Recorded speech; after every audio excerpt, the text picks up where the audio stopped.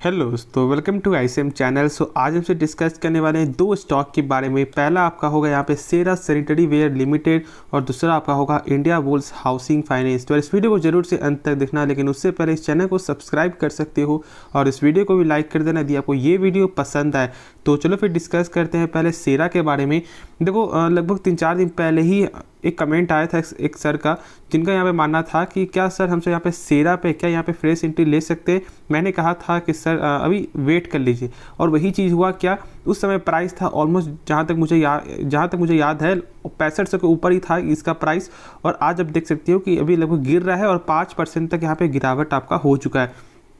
एक चीज़ यदि आप चेक करोगे तो 1 मंथ का रिटर्न में इस कंपनी ने आपको रिटर्न दिया है 12% का, और वही यदि आप चेक करोगे यहाँ पे 6 मंथ का रिटर्न तो आपको देखने को मिलता है 24% का। अब ये कंपनी जो है ना वो बहुत पुरानी कंपनी, ऑलमोस्ट लगभग यहाँ पे 2010 से लगभग आपको 2010 तक की यहाँ पे कंपनी जो देखने को मिलती है ये। अब देखो ये जो गेन जो स्टार्ट आपका हुआ है ना, वो यदि आप मैक्स टू मैक्स में चेक करोगे तो ये आपको क्या देखने को मिलता है। देखो एक रैली, फिर यहाँ पे थोड़ा एक आपको नीचे गया, फिर ऊपर, फिर नीचे, फिर ऊपर, फिर नीचे, फिर ऊपर। तो देखो ये अपने अभी जो इसका प्राइस है ना वो सबसे हाई प्राइस देखने को मिलता है इस स्टॉक का। तो इसलिए मैंने कहा था कि अभी वेट करने के लिए, ठीक है। और मैं अभी भी आपको वही बोलूँगा कि फ्रेश एंट्री लेने से पहले थोड़ा सा यहाँ पे अभी वेट कर लीजिए। होता क्या है ना कि बहुत से लोग यहाँ पे क्या देखते हैं कि स्टॉक लगातार आपका गेन कर रहा है, तो चलो हम भी यहाँ पे बाई कर ले तो पैसा बन जाएगा।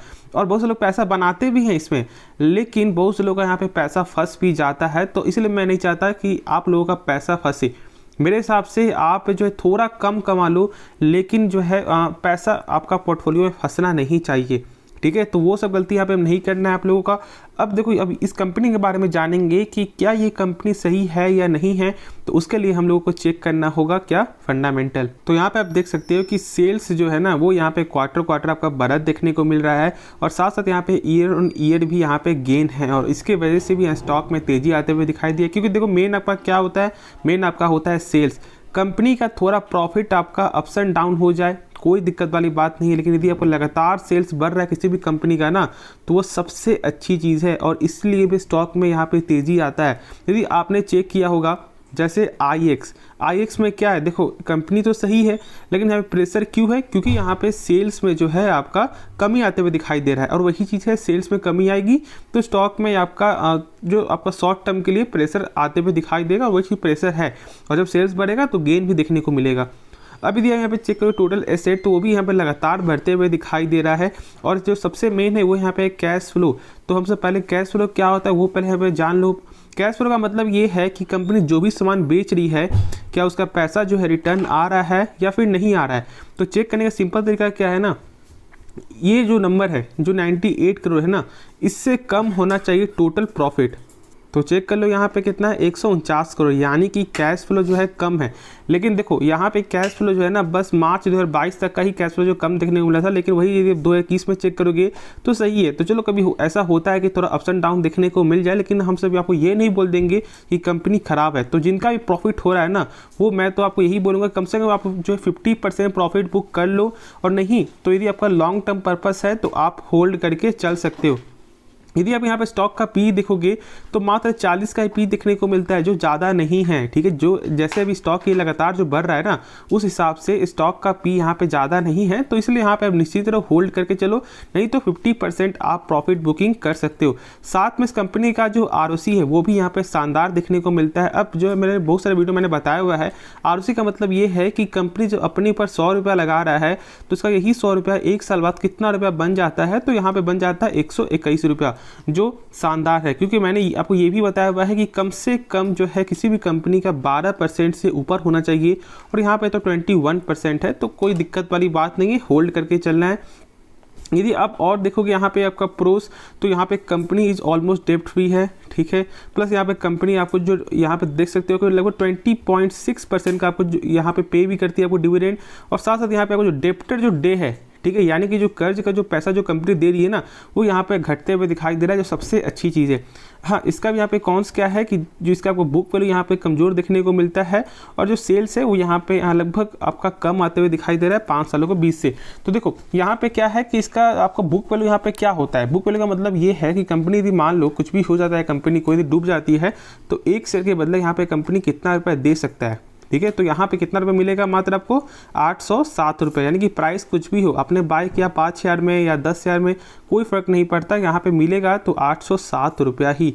तो वही चीज़ इसका बुक वैल्यू का मतलब होता है। लेकिन अभी हम सब आपको ये नहीं बोल देंगे कंपनी ख़राब है, ठीक है। आपको यहाँ पे ये चीज़ समझना है कि ये जो है एक्सेप्शन भी होता है। अब जानते हो कि जो मान लो केमिस्ट्री जिसने पढ़ा है उसमें आप मालूम है आपको एक्सेप्शन बहुत ज़्यादा आपका होता है। और इसी तरह स्टॉक मार्केट में भी आपको बुक वैल्यू देखकर ये जज नहीं करना है कि कंपनी ख़राब हो गई, ठीक है। तो बाकी सारा कुछ आप चेक करो, और यदि बुक वैल्यू जब आपको सही होता है तो फिर आप निश्चिंत रह के उस कंपनी में आपको होल्ड करना है।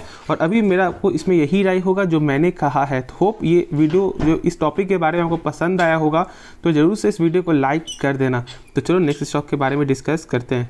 तो हम सब आपको डिस्कस करेंगे इंडियाबुल्स हाउसिंग फाइनेंस के बारे में। अब देखो मैं यहाँ पे साफ तौर से मैं आपको बता दूँ, ये कंपनी मुझे बिल्कुल भी पसंद नहीं है, ठीक है।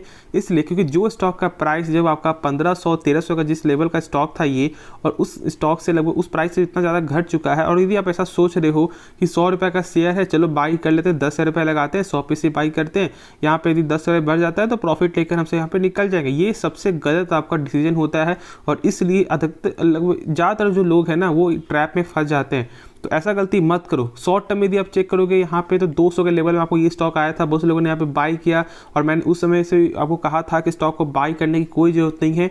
जब भी मैंने आपको इस स्टॉक के बारे में मैंने जब भी बताया है, उस समय मैंने आपको यही एक राय था कि स्टॉक में यहाँ पे इस कंपनी में बाई नहीं करना है। अब देखो यहाँ पे एक फाइनेंस का कंपनी है। अब जानते हो कि फाइनेंस का मतलब क्या है, चेक क्या करना है आपका NPA। अब मैं पहले बता दूं कि यहाँ पे NPA का मतलब क्या होता है। NPA का मतलब ये है कि कंपनी जिसे मान लो बैंक जो भी लोन दे रही है या फाइनेंस कंपनी जो भी लोन दे रही है, क्या उसका पैसा जो रिटर्न आ रहा है या फिर नहीं आ रहा है। तो RBI के अनुसार कम से कम किसी भी फाइनेंस की कंपनी का या बैंकिंग कंपनी का 3% से ज़्यादा NPA नहीं होना चाहिए।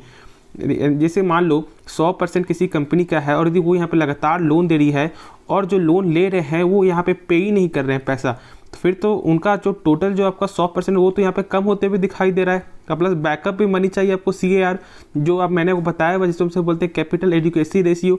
तो यहाँ पे मेन तो ये आपको ये चेक करेंगे ना कि जो क्या पैसा आ रहा है या फिर नहीं आ रहा है, या फिर लोग यहाँ पे पैसा नहीं दे रहे हैं, या फिर बहुत ज़्यादा आपको लेट हो रहा है। तो इसलिए हमसे यहाँ पे NPA चेक करेंगे। तो चलो पहले चेक कर लेते हैं, उसके बाद फिर डिस्कस करेंगे आगे। तो यहाँ पे आप देख लो कि इसका NPA जो है वो यहाँ पे क्वार्टर में आपका बढ़त देखने को मिल रहा है, यानी कि आपको 1.70% से बढ़कर आपका 2.18% हो चुका है। अब ये सेल्स तो है नहीं कि जब ये आपको यहाँ पे बढ़ रहा है तो फिर सही है, नहीं, ये जितना कम होगा उतना अच्छा है। जैसे कि यदि आप चेक करोगे यहाँ पे HDFC बैंक का, तो उनका 10 साल का रिकॉर्ड क्या है कि 0.5% से ऊपर नहीं गया है, और इसलिए उसे बेस्ट यहाँ पे माना जाता है। और वो बेस्ट स्टॉक है भी, ठीक है, एक बेस्ट कंपनी है, एक बेस्ट बैंक है। तो यही आपका है मेन NPA सही होगा तो फिर ऑटोमेटिक स्टॉक खुद गेन करेगा। अब यहाँ पे चेक करें आपका जो ईयर पे तो 1.80% से बढ़कर आपका 2.18% हो चुका है। अब ये देखो यहाँ पे बात आपको NPA से नहीं आता है, चलो NPA तो यहाँ पे 3% से कम भी है, लेकिन मेन जो क्या है ना वो है इसका आपका प्राइस देख लो। 1500 का शेयर जो लगातार इतना घटकर जो अभी फिलहाल 100 रुपये में आ चुका है। और यहाँ पे क्या है कि ब्रोकर हमेशा क्या बोलते हैं, बाई करो। तो खुद से एक बार इसके बारे में सोचना है, ठीक है, डिसीजन खुद से एक बार लेना है। तो पैसा आपका रिस्क भी आप ही का होगा, प्रॉफिट भी आप ही का होगा। तो क्यों ना एक अच्छे स्टॉक में थोड़ा कम PC बाई होगा, 10 PC आप बाई करोगे, लेकिन एक अच्छे स्टॉक में बाई करोगे तो आपका क्या होगा, पैसा सेफ होगा, ठीक है। ऐसा हो सकता है शायद आपको रिटर्न थोड़ा कम मिल जाए, लेकिन पैसा आपका सेफ होगा। तो ज़्यादा लालच करने से अच्छा है एक अच्छी कंपनी में आप इन्वेस्ट करो, ना कि एक ऐसी कंपनी में जो आप ये सोच रहे हो कि 100 रुपये का स्टॉक है, बढ़ जाएगा 200 तो यहाँ पे प्रॉफिट हो जाएगा। अक्सर लोग जो यहाँ पे नए लोग ही आपको ट्रैप होते हैं, और फिर धीरे धीरे जब उनको मालूम चलता है कि ये कंपनी सही नहीं है तो फिर वो बाद में पछताते हैं। तो ऐसा गलती मत करो। होप ये वीडियो पसंद आया होगा, ठीक है। इस वीडियो को लाइक कर देना और इस चैनल को जरूर से सब्सक्राइब कर देना यदि आपको ये वीडियो पसंद आए। तो चलो मिलते हैं नेक्स्ट वीडियो में, तो तब तक के लिए धन्यवाद।